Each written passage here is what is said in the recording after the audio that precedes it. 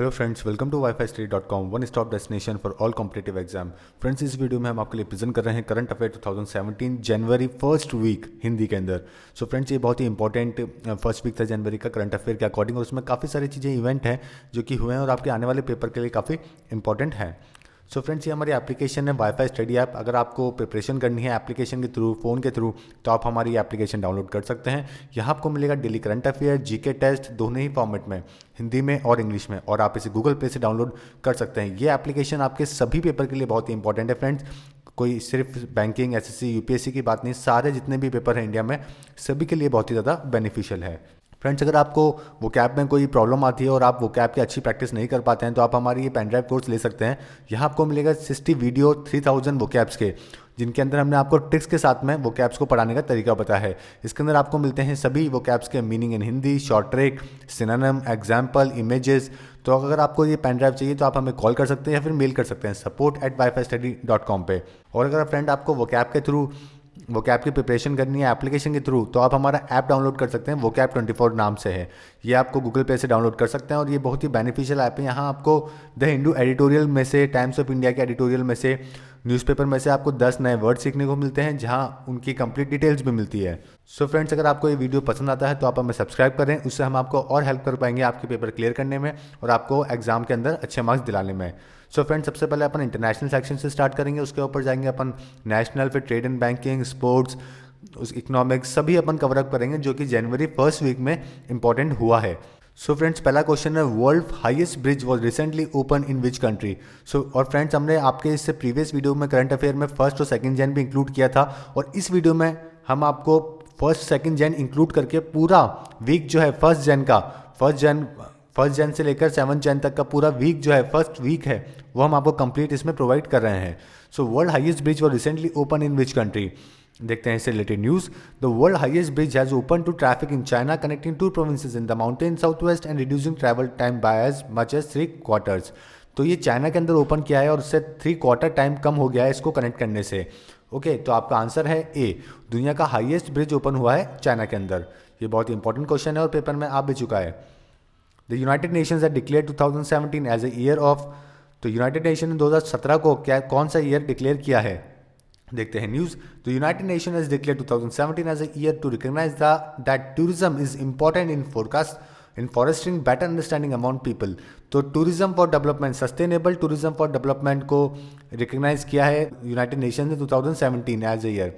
Okay, तो आपका answer है A, the United Nation has declared 2017 as a year of sustainable tourism for development, क्योंकि United Nation का मानना है कि टूरिज्म से काफ़ी अंडरस्टैंडिंग बढ़ती है लोगों के बीच में, एक दूसरे का कल्चर देखने को मिलता है, वहाँ का फूड, वहाँ का रहन सहन, उससे काफ़ी अच्छी अंडरस्टैंडिंग क्रिएट होती है दुनिया के अंदर। So international travel leads to greater awareness of the heritage of other civilization and as a result and appreciation of other countries. तो इसीलिए उन्होंने 2017 को डिक्लेयर किया है sustainable tourism for development. Which is the first country to pay its unemployed citizen an unconditional monthly sum? तो ऐसा पहला कौन सा देश बना है जिसने अपने अनएम्प्लॉयड सिटीजन को अनकंडीशनल मंथली सम यानी कि मंथली सैलरी देने का सोची है। तो देखते हैं news. Finland has become the first country to pay its unemployed citizen an unconditional monthly sum in a social experiment.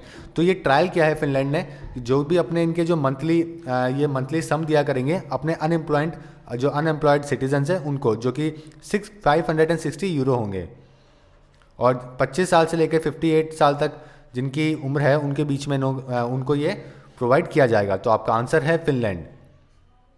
Which country will organise festival of India starting from 10th January. तो कौन सा देश है जो कि festival of India वहाँ पे start हो रहा है 10 जनवरी से। तो देखते हैं news. The festival India is been organised in Cambodia. तो ये कंबोडिया के अंदर ऑर्गेनाइज कराया जा रहा है, जहाँ के अंदर आपको Ramayana performance, Rajasthani folk music, dance group, classical Indian dance, ये सभी वहाँ पे देखने को मिलेगा। तो ये कंबोडिया के अंदर कराया जा रहा है, और कंबोडिया की जो कैपिटल है वह है फैननपंच, करेंसी है रियाल, और प्राइम मिनिस्टर है हुन सेन। तो ये थोड़ी सी इन्फॉर्मेशन आपको और ध्यान रखने की जरूरत है। Which country will assist India to develop Chennai, Ahmedabad and Varanasi as smart cities. तो कौन सा देश है जो कि भारत को हेल्प करेगा इन तीनों सिटीज को एज ए स्मार्ट सिटी बनाने में। तो देखते हैं news. Japan has decided to associated with the development of Chennai, Ahmedabad and Varanasi as smart cities. तो जापान वो देश है जो कि इंडिया की इन तीनों सिटीज को एज ए स्मार्ट सिटी बनाने में हेल्प करेगा। और जापान की कैपिटल है टोक्यो, करेंसी है येन और प्राइम मिनिस्टर है वहाँ के शिंजो एबे। तो आपका आंसर है वो है ए, जापान। अब देखते हैं नेशनल न्यूज़। पहले हमने इंटरनेशनल न्यूज़ कवर अप करी, अब देखते हैं national. The supreme court has sacked BCCI president dash and the secretary Ajay Shirke. तो आपको ये दोनों नाम फ्रेंड्स याद रखना है क्योंकि रिसेंटली अभी बीसीसीआई ने हटाया है, माफ कीजिए, सुप्रीम कोर्ट ने हटाया है बीसीसीआई प्रेसिडेंट को।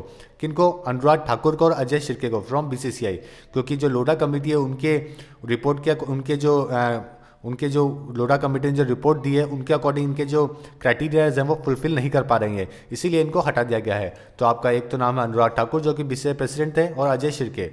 ओके, इन दोनों ही को हटा दिया है। तो आपका आंसर है Anurag Thakur. Which city is hosting 104th India science congress? Another important question, कौन सी सिटी है जो कि 104 इंडियन साइंस कांग्रेस को होस्ट कर रही है? देखते हैं news. Prime minister Narendra Modi inaugurated the 5-day 104th Indian science congress at the Srinivasa auditorium in the Shri Venkateswara university in Tirupati. यानी कि तिरुपति के अंदर इसको ऑर्गेनाइज, ये तिरुपति ने इसको होस्ट किया है। कौन सी यूनिवर्सिटी है? श्री वेंकटेश्वर यूनिवर्सिटी है, ओके, जो कि ये होस्ट कर रही है इंडियन साइंस कांग्रेस। और इसका जो सोशल और इसकी जो थीम है वो है science and technology for national development would be the focal theme of the Indian science Congress. तो आपको एक थीम भी ध्यान रखनी है और प्लेस भी ध्यान रखनी है। तो आपका आंसर है तिरुपति, बी आपका आंसर है, जो सिटी इंडियन साइंस कांग्रेस को इस बार होस्ट कर रही है। विच स्टेट हैज लॉन्च आरोग्य रक्षा स्कीम? तो कौन सा स्टेट है जिसने लॉन्च किया है आरोग्य रक्षा स्कीम, ताकि लोगों की हेल्थ है वो अच्छी रहे और वहाँ को उनको इंश्योरेंस प्रोवाइड हो सके? तो देखते हैं news. Andhra chief minister CN Chandrababu Naidu has launched a new health scheme, okay, उसका नाम है Arogya Raksha, offering medical insurance to those who are not covered under any of the existing health schemes of the state government. तो जिन लोगों ने अभी तक आंध्र प्रदेश में मेडिकल स्कीम, हेल्थ स्कीम में इनरोल नहीं है, उनको एनरोल करने के लिए एक मेडिकल इंश्योरेंस दिया है, ओके, और जिसका नाम रखा गया है आरोग्य रक्षा स्कीम। और ये उन लोगों के लिए है जिन्होंने अभी तक कोई भी हेल्थ स्कीम नहीं ले रखी है, और इसके अंदर उनको 100 रुपीज़ पर मंथ पर हेड पे करना पड़ेगा और उनको ये इंश्योरेंस में कवर हो जाएंगे। तो ये आंध्र प्रदेश है जिन्होंने ये स्कीम लॉन्च करी है। तो आपका आंसर है C. Mori village which has acquired smart digital village status is in. तो जो मोरी विलेज का रिसेंटली न्यूज़पेपर में काफ़ी नाम आया था क्योंकि ये अपने किसी काम की वजह से काफ़ी फेमस हुआ था, क्योंकि इन्होंने अपना टोटली स्मार्ट डिजिटल विलेज का स्टेटस पा लिया है। ओके, स्मार्ट डिजिटल विलेज का, यहाँ पे सारे काम जो होते हैं वो कैशलेस होते हैं, स्मार्ट डिजिटल विलेज होते हैं की तरीके से होते हैं। ओके, तो इसी को लेके इनका नाम काफ़ी फेमस हुआ था। और ये कौन से स्टेट के अंदर है, ये आपका क्वेश्चन है। तो देखते हैं news. A Mori a tiny village under the east Godavari district of Andhra Pradesh. East Godavari district of Andhra Pradesh, यानी कि ये आंध्र प्रदेश के अंदर है, ओके, जिसने इंडिया के डिजिटल मैप में अपना नाम शो किया है by transforming completely into a smart digital village in every sense of turn. Mori has also recently bagged the Swachh village award at the national level. Okay, उसके पहले भी इन्होंने स्वच्छ विलेज का अवार्ड भी जीता था। तो ये गांव काफ़ी फेमस है और आपको उसका नाम ध्यान रखना है। और आपका आंसर है आंध्र प्रदेश। तो मोरी विलेज कहाँ पर है? आंध्र प्रदेश में।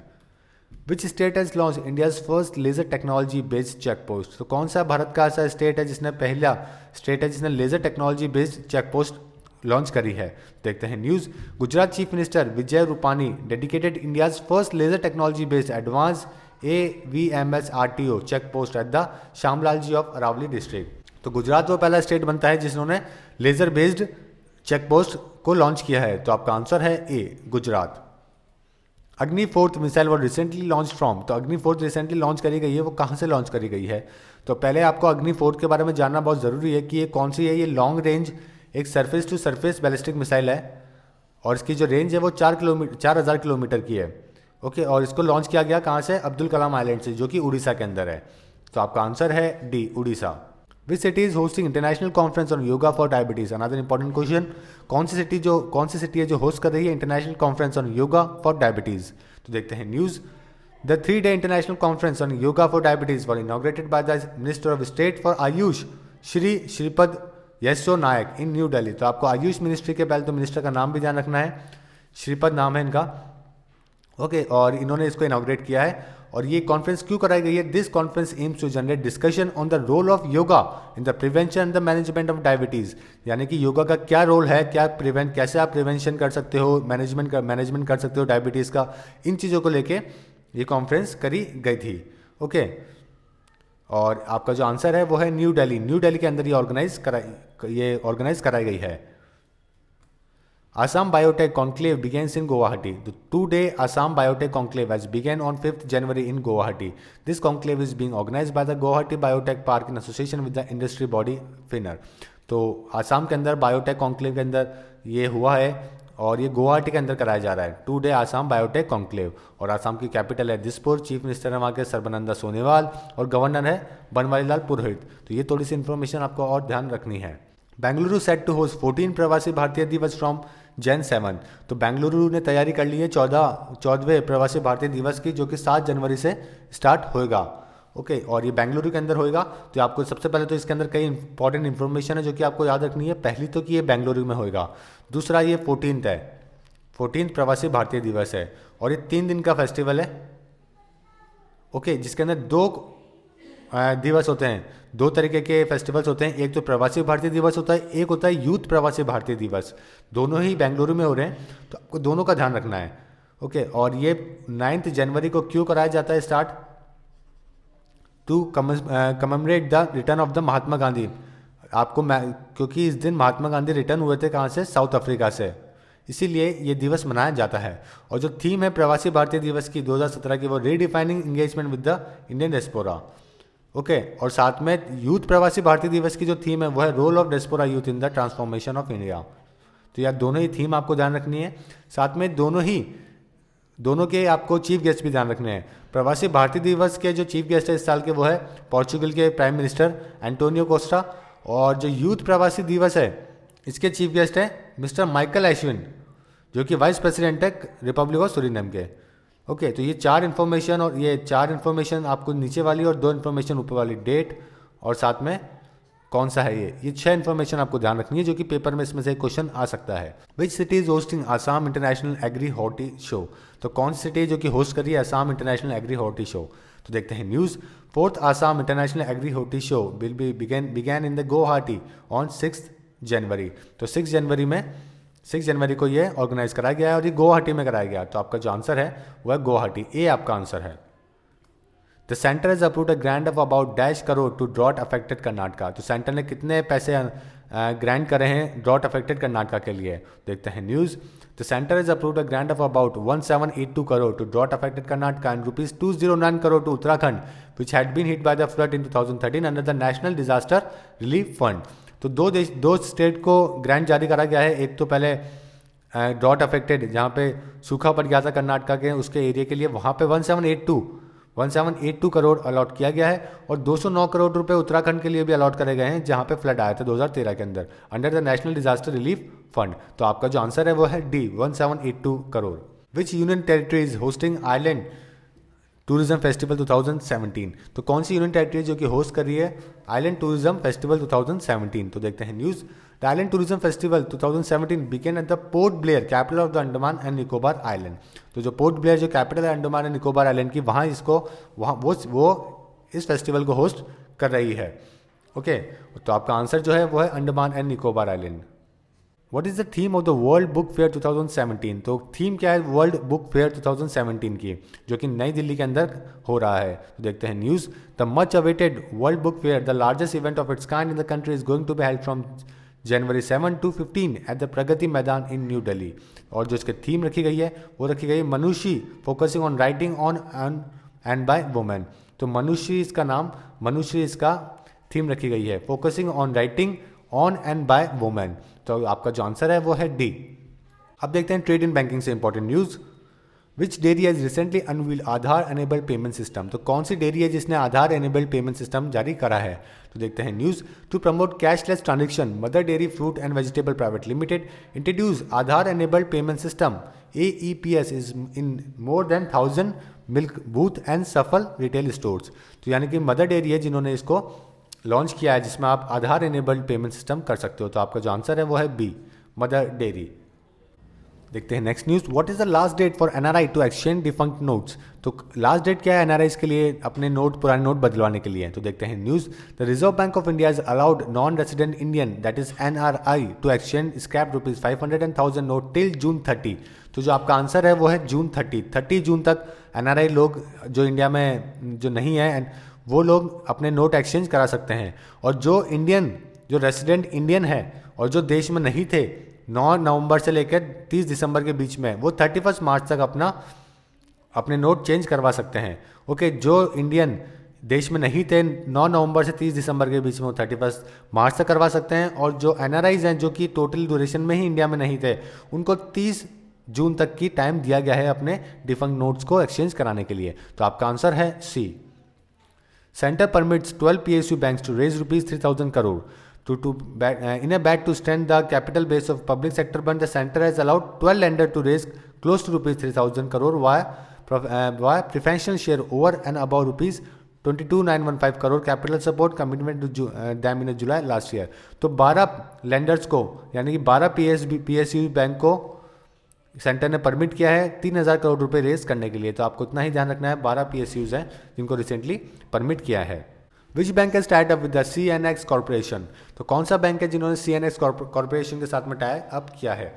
तो public sector lender bank of Baroda has entered into an partnership with the CNX corporation with an objective to provide collateral management services towards the loan against warehouse receipt sanctioned to the farmers through the network of the bank branches across the country। तो इन्होंने CNS corporation के साथ में किया है ताकि ये collateral management services को दे सके towards the loan against warehouse receipt sanction to the farmers. तो आपका जो आंसर है वो है बैंक ऑफ बड़ौदा, ए आपका आंसर है।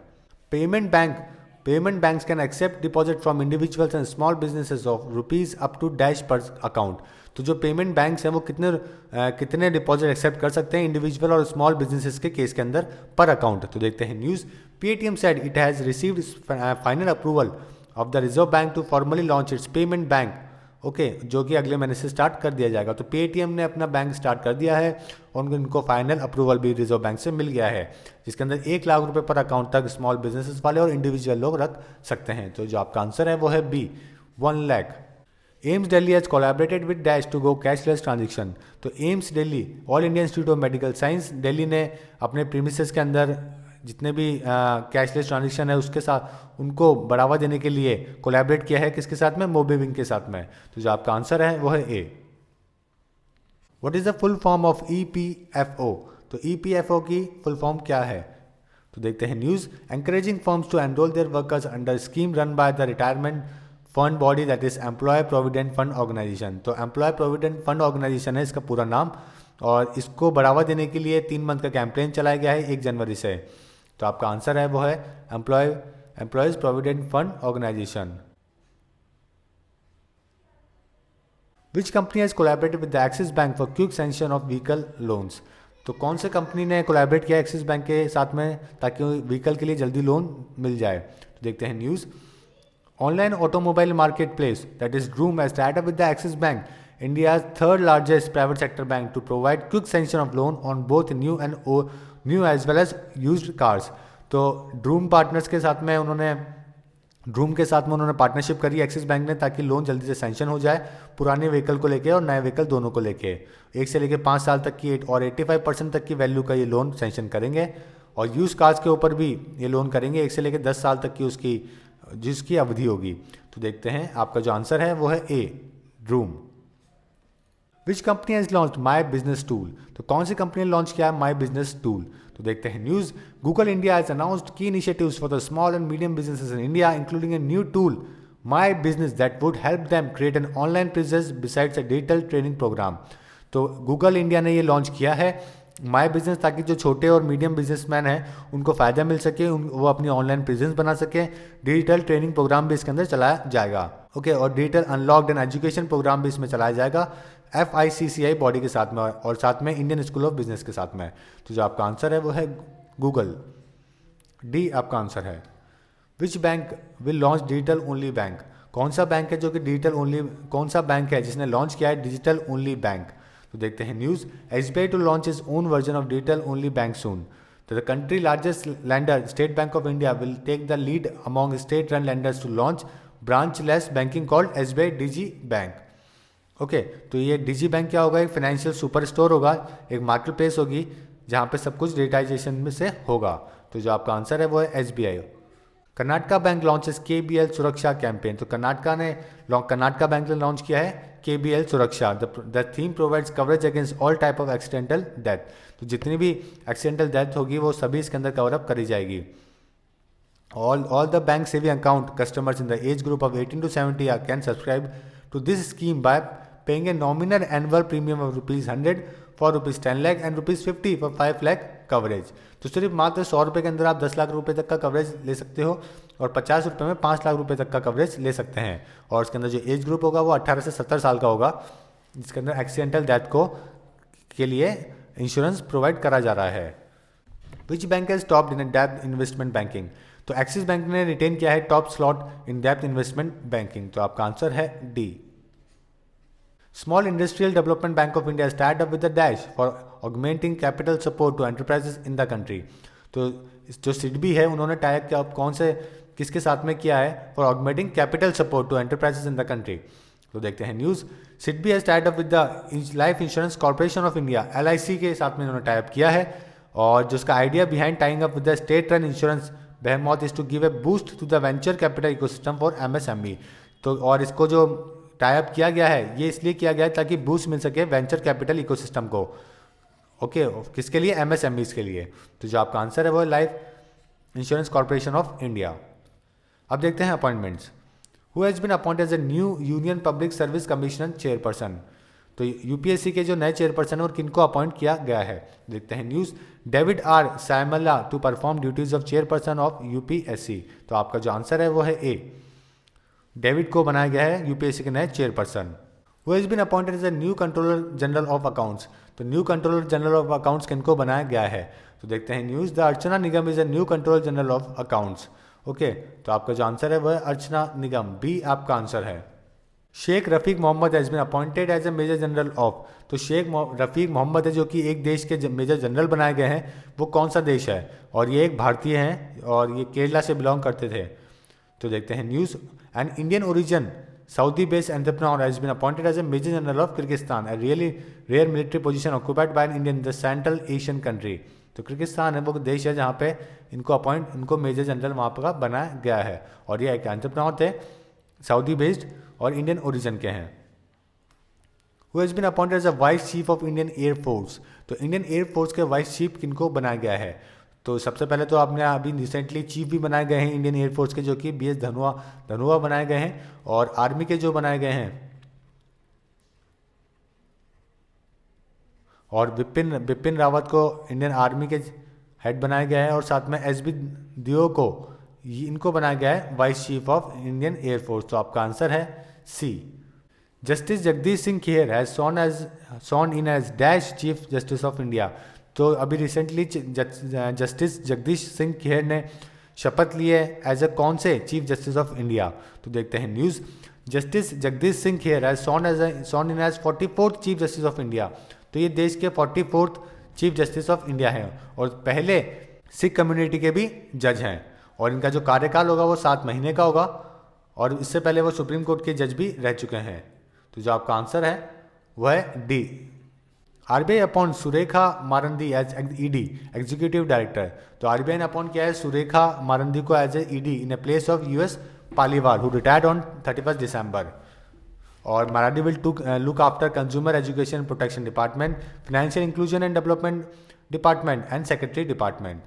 Who has been appointed as a chief commercial officer of Airtel Africa. तो चीफ कमर्शियल ऑफिसर यानी कि CCO किनको बनाया गया है एयरटेल अफ्रीका के? तो आप देखते हैं Rajeev Sethi named CCO of Airtel Africa. तो राजीव सेठी को बनाया गया है CCO किसके? एयरटेल अफ्रीका के। यहाँ पे 15 देशों के अंदर एयरटेल वहाँ पे काम करती है, ऑपरेट करती है। Who has been appointed as a chairperson of Tata power. तो रिसेंटली सभी को पता है साइरस मिस्त्री ने रिजाइन कर दिया है सारी टाटा जितनी भी कंपनीज थी वहाँ से और धीरे धीरे करके उनकी जगह नए अपॉइंट करे जा रहे हैं और टाटा पावर के जो अपॉइंट करे गए हैं वो पद्मानाभन करे गए हैं। तो आपका आंसर है S पद्मानाभन अपॉइंट करे गए हैं चेयरपर्सन ऑफ टाटा पावर और इनसे पहले साइरस मिस्त्री ने यहाँ से रेजिग्नेशन दे दिया था। Jovenel Moise has been elected as the president of, तो जेवेनॉल मॉइसी कौन से देश के प्रेसिडेंट इलेक्ट करे गए हैं? तो देखते हैं news. Moise has been elected as the president of Haiti, ये प्रेसिडेंट बनाए गए हैं हेती के। हेती एक कैरेबियन देश है, ओके, कैरेबियन देश है। तो आपका जो आंसर है वो है C. Who is the chairperson of the committee to study the existing sports governance framework, तो कौन से चेयरपर्सन बनाए गए हैं? इस कमेटी के चेयरपर्सन कौन बनाए गए हैं? To study the existing sports governance framework, देश के अंदर कैसा स्पोर्ट्स का गवर्नेंस हो रहा है, इसका फ्रेमवर्क क्या है, कैसा इसका स्ट्रक्चर तैयार करा गया है, इन सभी को देखने के लिए कमेटी बनाई गई है। और उस कमेटी के चेयरपर्सन कौन बनाए गए हैं, ये आपका सवाल है। तो देखते हैं news. The government has decided to constitute a committee to study the existing sports governance framework, और इस कमेटी को हेड कर रहे हैं श्रीनिवास, NGT श्रीनिवास। तो आपका आंसर है डी, श्रीनिवास इस कमेटी को हेड कर रहे हैं। अब देखते हैं awards. Knighthood honour is related to which country, तो नाइटहुड ऑनर कौन से देश से रिलेट करता है? तो देखते हैं news. Shankar Balasubramanian, an Indian origin British professor of chemistry and DNA expert at Cambridge university, has received a knighthood by Elizabeth second of Britain. और साथ में एंडी मुरे को और मोहम्मद फराह, जो कि एंडी मुरे टेनिस से बिलोंग करते हैं, फराह लॉन्ग डिस्टेंस रेसर हैं, इनको भी यह अवार्ड दिया गया है नाइटहुड का। और नाइटहुड कौन देता है? ब्रिटेन देता है, यानी कि आपका जो आंसर है वो है डी। और आपके लिए ये भी इंपॉर्टेंट है जानना कि शंकर बाला सुब्रमण्यम को एक इंडियन ओरिजिन ब्रिटिश प्रोफेसर हैं, केमिस्ट्री के और DNA एक्सपर्ट हैं कैम्ब्रिज यूनिवर्सिटी में, उनको ये अवार्ड मिला है। Who has been chosen for the 4th Yash Chopra memorial award, तो 4th Yash Chopra memorial award किन को दिया गया है, कौन इसके लिए सेलेक्ट करे गए हैं? तो देखते हैं news. Shahrukh Khan will receive the 4th national Yash Chopra memorial award, तो शाहरुख खान को वो 4th पर्सन बनते हैं जिनको यश चोपड़ा मेमोरियल अवार्ड दिया जाएगा। इनसे पहले जो इनके प्रीवियस रेसिपिएंट है वो है लता मंगेशकर, अमिताभ बच्चन और रेखा, और अभी सेलेक्ट करे गए हैं शाहरुख खान। तो आपका आंसर है सी। अब देखते हैं स्पोर्ट्स से related important news. Which of the following has announce retirement from professional tennis recently, तो कौन है जिन्होंने प्रोफेशनल टेनिस से रिसेंटली रिटायरमेंट लिया है? तो देखते हैं news. Ravaged by the injuries, India's star singles player Somdev Devvarman announced retirement from professional tennis. Okay, तो सोमदेव देवबर्मन है जिन्होंने रिसेंटली इंजरी से परेशान होकर अपना रिटायरमेंट अनाउंस कर दिया है। तो आपका जो आंसर है वो है C. Messi named the best player maker of 2016 by IFFHS, तो लियोन मैसी को अवार्ड दिया गया है बेस्ट प्ले मेकर का, ओके, 2016 का, by the international federation of football. Table tennis grand slam champion Li Xiaoxia announces retirement, तो Li ने retirement announce कर दिया है। ये टीम गोल्ड मेडल जीता था इन्होंने रियो ओलंपिक के अंदर, और रनर अप भी रहे थे ये सिंगल इवेंट के अंदर, और ये ग्रैंड स्लैम चैंपियन भी रहे हैं। उन्होंने भी रिसेंटली, ली जिनोजिया ने भी अनाउंसमेंट रिटायरमेंट घोषित कर दिया है बीजिंग के अंदर। With which sport SAF games are associated, तो सैफ गेम कौन से स्पोर्ट से रिलेट करते हैं? और देखते हैं news. A dominant Indian defeated Bangladesh 3-1 to win their 4th consecutive SAF Women Football Championship title at the Kanchenjunga Stadium in Siliguri. तो रिसेंटली जो सैफ गेम हुए हैं ये, ओके, रिसेंटली जिसमें इंडिया जीता है, इंडियन की वुमेन टीम जीती है, वो कौन से स्पोर्ट से जीती है? ओके, तो ये आपका सवाल है। तो इंडिया ने रिसेंटली बांग्लादेश को हराया 3-1 से, और सैफ वुमेन फुटबॉल चैंपियनशिप जीती है कंचनजुंगा स्टेडियम के अंदर। और इंडिया वो टीम है जिन्होंने 19 मैचेस से एक भी मैच नहीं हारा है प्रीवियस सैफ गेम के अंदर, जिसमें से 18 इन्होंने जीते हैं और एक ड्रॉ रहा है। तो जो आपका आंसर है वो है फुटबॉल, बी आपका आंसर है। With Arthur Morris how many players has been inducted in the international cricket council hall of fame so far, तो विथ आर्थर मॉरिस को रिसेंटली हॉल ऑफ फेम में इंक्लूड करा गया है, और टोटल अब कितने प्लेयर हो गए हैं ICC के हॉल ऑफ फेम के अंदर? तो देखते हैं न्यूज़। जो farmer Australian cricketer Arthur Morris was inducted into the ICC hall of fame by the x keeper Steve Waugh, तो एक्स कीपर जो स्टीव वॉ है उन्होंने इनको इंक्लूड करा है, और ये बने 82 प्लेयर जो कि क्रिकेट हॉल ऑफ फेम में इंक्लूड करे गए हैं। तो आपका जो आंसर है वो है सी। अब देखते हैं death. Imtiaz Ahmed pass away recently, he was a cricketer from, तो इम्तियाज़ अहमद की रिसेंटली डेथ हुई है। ये कौन से देश के क्रिकेटर थे? तो Pakistani cricketer has lost his oldest living test player, तो पाकिस्तान क्रिकेट के सबसे ओल्डेस्ट लिविंग टेस्ट प्लेयर थे इम्तियाज़ अहमद, जिनकी रिसेंटली डेथ हुई लाहौर में। और इसी के साथ में जो एक बैट्समैन है वक्कार हसन, वो जो कि लंदन में रहते हैं, अब वो हो गए lone survivor from the Pakistani team first test tour. तो जो पाकिस्तान का पहला टेस्ट टूर हुआ था उनकी हिस्ट्री का, उसके अंदर से सिर्फ एक ही प्लेयर है जो कि अब जिंदा है, वो है वक्कार हसन, जो कि लंदन में रहते हैं।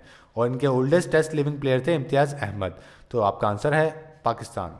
John Berger renowned artist, critic and author, dies at 90। तो जॉन की रिसेंटली डेथ हुई है। ये एक बुकर अवार्ड विनर भी थे, इंटेलेक्चुअल एंड प्रोडिजियस ऑथर भी थे, और इनकी नोवेल, पोइट्री, स्क्रीन प्ले, इन्होंने काफ़ी अवार्ड जीते हैं, और 20th सेंचुरी में इनका काफ़ी ज़्यादा इन्फ्लुएंस रहा है, और इनकी रिसेंटली डेथ हुई है। ओमपुरी पास जब रिसेंटली ही वॉज, तो देश के बहुत ही महानतम जो एक्टर है उनके श्रेणी में आते हैं ये, और इनकी रिसेंटली डेथ हुई है, और ये 66 ईयर के थे। इनकी सीवियर कार्डियक अरेस्ट की वजह से डेथ हुई है, और उनको पद्मश्री भी दिया गया था, जो कि 4th हाईएस्ट सिविलियन अवार्ड है देश का। तो आपका आंसर है एक्टर। ये बहुत ही फेमस एक्टर थे जिन्होंने कई सारी हॉलीवुड मूवीज़ में भी काम किया है। अब्दुल हलीम जफ़र खान पास जब रिसेंटली ही वॉज, तो अब्दुल हलीम जफ़र खान की रिसेंटली डेथ हुई है, और ये सितार मैस्ट्रो थे, यानी कि सितार प्लेयर थे।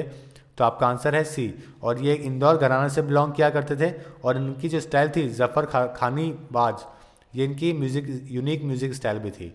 ओके, और सितार ट्रिनिटी के ये लोन सर्वाइवर थे। इससे पहले लेट पंडित रविशंकर और उस्ताद विलायत खान, इन सब की भी डेथ हो गई थी, और अब ये भी चले गए हैं, अब्दुल हलीम जफ़र खान। तो ये एक सितार प्लेयर थे। अब देखते हैं books important. Who is the author of the book title the people's president APJ Abdul Kalam.